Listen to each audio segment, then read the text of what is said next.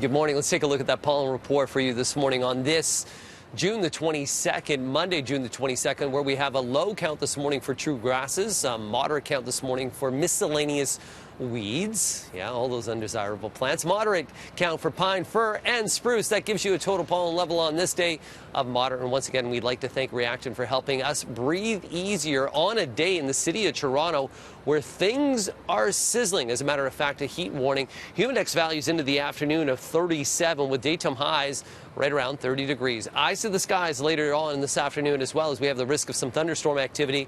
Current conditions right around the Golden Horseshoe. We have 22 in Markham. Similar conditions at the Island, at Pearson, 22, my friends in Aurora. Good morning, Brampton, sitting at 21 right now. Oakville, Burlington, you're at 22 and as well. Shout out to Grimsby this morning.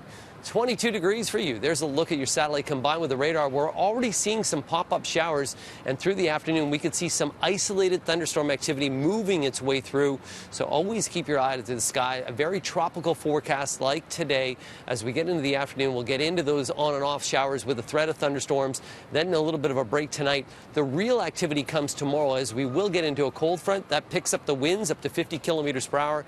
A high 25, 23 through your Wednesday.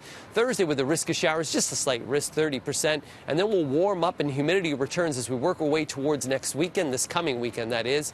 27 with a humidex at 34 on Sunday. But today, that heat warning, your high 30 degrees. The road's always hot. Stuff. Over to you. Always hot and always busy. Morning, Frankie. Yeah, this morning the roads are moving all right, but definitely busy, especially through those construction zones.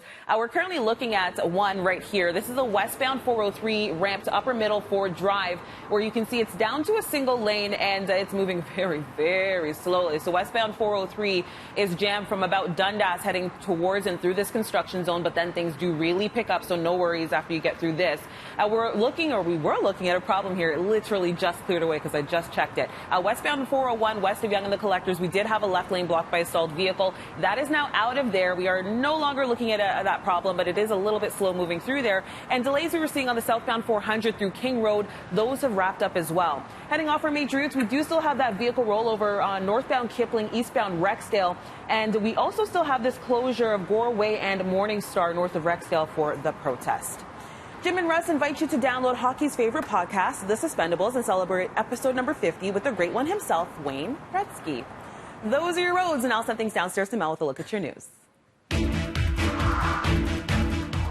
Thank you, Steph. And we begin in Mississauga. There is outrage and anger after police shoot and kill a man during what was supposed to be a wellness check.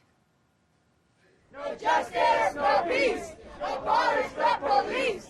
No justice, no peace. No borders, no police. Calls for justice after the Saturday night killing of 62-year-old Ijaz Ahmed Chowdhury, who had schizophrenia. The family say they called Peel police after he had barricaded himself in his apartment. They claim that officers forced entry and shot at him when a knife was drawn. The SIU is taking over the case and plan to conduct a post-mortem today, while the family and community continue to speak out.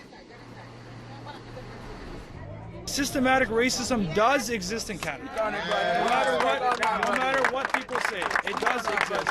You don't have the right to make a decision to say this person deserves to die today. And that is the problem in this society. The police force has a power trip.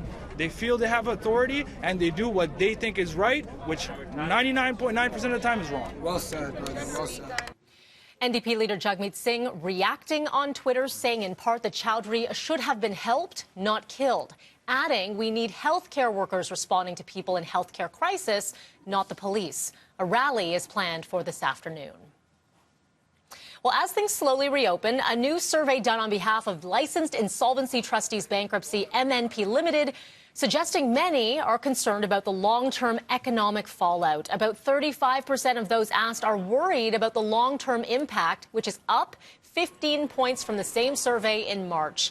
2 in 10 are either working reduced hours or getting reduced pay, and 15% of those asked have lost their job. As for what their plans are when the CERB government aid runs out, nearly half said they would have to cut back anyway so that they can save money. The poll is accurate, plus or minus 2.5 percentage points, 19 times out of 20. Well, the province is expected to green-light Toronto to move into the second stage of Ontario's reopening plan this week. Due to a higher number of COVID cases, Toronto, Peel, and the region of Windsor-Essex, they were left out of the regions allowed to reopen last week. The mayor asking everyone, though, to continue to follow public health restrictions to slow the spread of the virus. We'll be watching that 1 p.m. announcement today, also streaming that on citynews.ca. To a heartbreaking story now developing in China this morning. State broadcasters saying that 8 children have died after drowning in a river in southwest China yesterday afternoon. The children were students of a local primary school. They were playing by the river when one of them fell into the water. The rest of the students drowned after they jumped into the river to try to save the first victim. Funeral services are now being planned. And in the U.S., 1 man is dead, 11 others injured following an overnight shooting in Minneapolis. This happened in an entertainment district that had just reopened from the COVID lockdown. People seen scattering for cover as these shots rang out in the streets. Police believe there was likely more than one shooter. There have been no arrests. None of the injuries to the other 11 people are life-threatening. Police say this incident is not related to the anti-racism protests following the death of George Floyd. Well, the WHO has reported the largest single-day increase in coronavirus cases by its count at more than 183,000 new cases in the last 24 hours. The UN Health Agency says Brazil led the way with nearly 55,000 new cases tallied. In second, the U.S. with nearly 37,000 new cases. There are over 15,000 new cases in India. Experts say the increased numbers could reflect broader testing, but the biggest challenge seems to be transmission by people who do not know that they are infected with the virus.